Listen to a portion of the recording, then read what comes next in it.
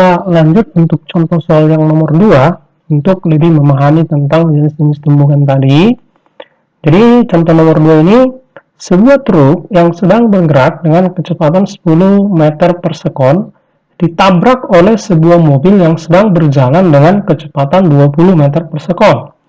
Nah, setelah tabrakan, kedua mobil itu berpadu satu sama lain. Jika massa truk 1400 kg dan massa mobil 600 kg, kecepatan kedua kendaraan setelah tabrakan dan energi yang muncul sebagai bunyi adalah berapa?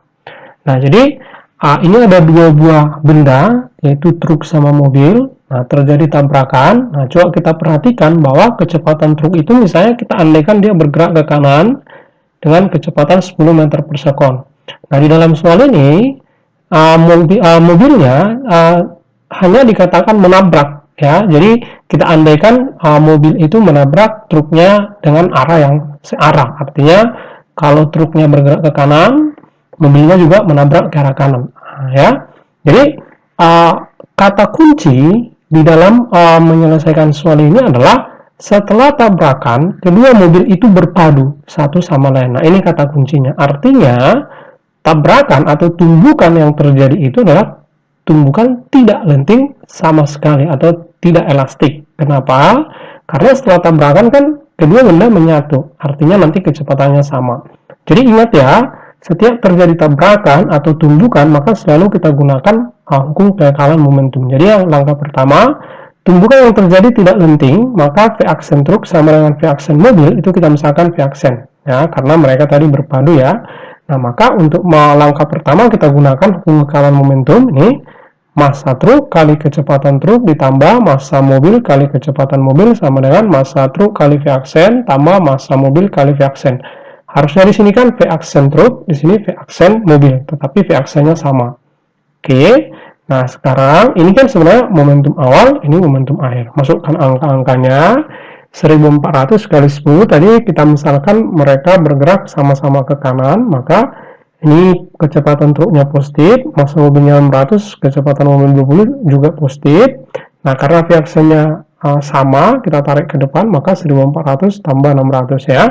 Maka kalau kita sederhanakan, ini jadi 14.000, ini 12.000, ini jadi 2.000, maka kita dapat V aksennya menjadi 13 meter per sekon. Nah, inilah kecepatan mereka setelah tumbukan. Artinya ini kan kecepatan aksennya positif. Berarti setelah tumbukan, mobil sama truknya bergerak ke kanan dengan kecepatan yang sama, yaitu 13 meter per sekon. Nah, sekarang pertanyaan kedua, bagaimana mencari energi yang muncul sebagai bunyi? Nah, energi yang muncul sebagai bunyi itu adalah energi yang hilang selama proses tabrakan atau selama proses tumbukan. Maka untuk mencari energi yang hilang tadi, kita gunakan energi kinetik yang hilang itu sama dengan energi kinetik sebelum tabrakan dikurangi energi kinetik sesudah.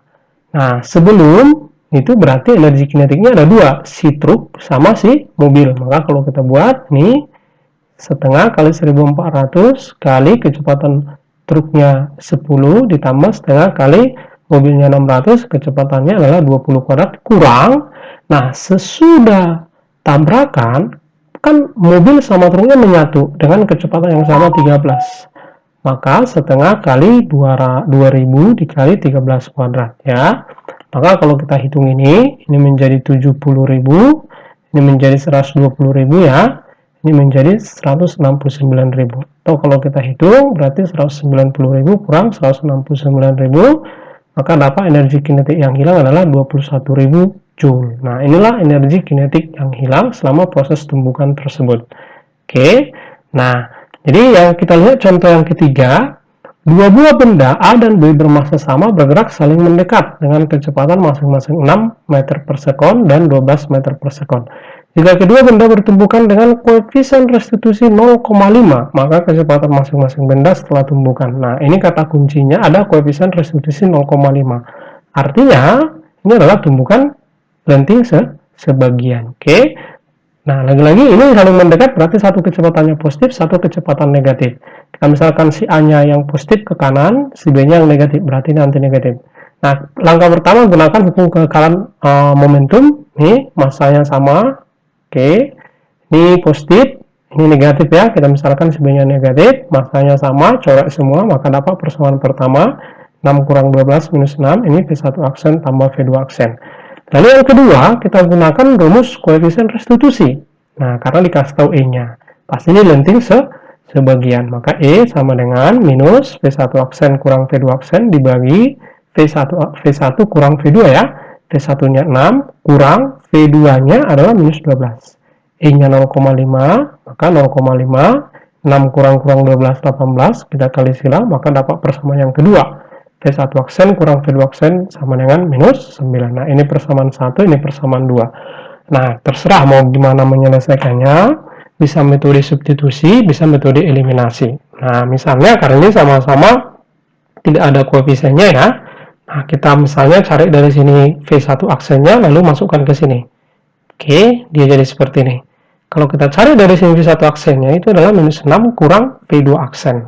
Nah, masukkan ke sini, berarti minus 6 kurang V2 aksen, kurang V2 aksen sama dengan minus 9. Ini pindah ke sana, minus 6 pindah ke sini jadi minus 3, ini kurang-kurang jadi minus 2 ya. Jadi minus 2 V2 aksen sama dengan minus 3, berarti V2 aksennya adalah minus 1 komanya. Berarti kecepatan benda B setelah tumbukan itu adalah minus 1,5. Minus itu menyatakan setelah tumbukan benda B-nya jadi bergerak ke kiri juga. Nah, benda B-nya tadi kan ke kiri, tetap dia arahnya ke kiri. Nah, V2 aksen ini kita masukkan ke salah satu persamaan, maka kita dapat nih V1 aksen kurang, masukkan ke sini ya. V2 aksennya minus 1,5, itu sama dengan minus 9, maka dapat V1 aksennya minus 7,5. Nah, coba perhatikan bahwa V1 aksennya dan V2 aksennya sama-sama minus. Artinya, setelah tumbukan, kedua benda itu sama-sama bergerak ke arah kiri. Nah, itu cara menjawabnya ya. Lalu, ini contoh keempat.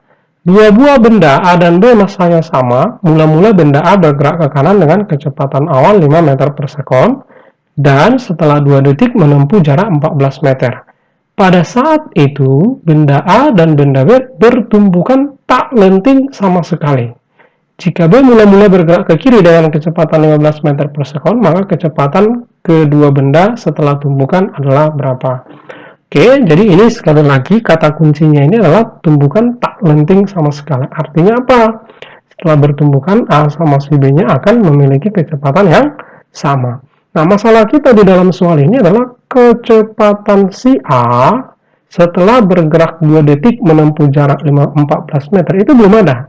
Karena kan kecepatan awalnya 5 meter per sekon. Jadi kecepatan mereka bertumbukan itu bukan si A-nya kecepatannya bukan 5, tetapi setelah dia menempuh jarak 14 meter. Maka tugas kita mencari kecepatannya si A setelah menempuh jarak 14 meter dan 2 detik. Oke, kita cari dulu. Cari kecepatan benda setelah 2 detik ya, benda A maksudnya ya, benda A setelah 2 detik. Nah, kita gunakan rumus GLBB. Oke. S sama dengan P0 kali T tambah setengah AT kuadrat. S-nya 14, ya. Ini masukkan semua. Maka kita dapat dari sini adalah percepatannya, ya. P0-nya 5, T-nya 2, ini ya. Setengah AT kuadrat, 2 kali 2, ya. Karena T-nya 2, maka kita dapat A-nya adalah 2. Nah, yang mau kita cari adalah kecepatannya si A setelah menempuh jarak 14 meter atau kecepatannya si A tepat dia menumbuk benda B. Oke, kita gunakan rumus ini. PT-nya si A sama dengan P0 tambah AT. Ini 5 tambah 2 kali 2, maka dapat V-nya adalah 9. Nah, kalau sudah dapat kecepatannya si A, tinggal gunakan huruf kekekalan momentum. Nah, momentum sebelum sama dengan momentum sesudah. Sebelum berarti masanya sama M kali si A tadi 9 tambah M kali 15 minus itu berarti ke kiri ya, di dalam soal dikatakan benda B-nya ke kiri. Ini coret semua masanya, maka 9 kurang 15 adalah minus 6. Ini sama ya, V1 aksennya sama dengan V2 aksen. Kenapa? Karena tak lenting sama sekali, berarti 2V aksen. Maka dapat V aksennya adalah minus 3 meter per sekon. Ini per sekon ya. Nah, minus sekali lagi setelah tumbukan benda A dan benda B sama-sama bergerak ke kiri. Nah, itu dia kira-kira caranya ya.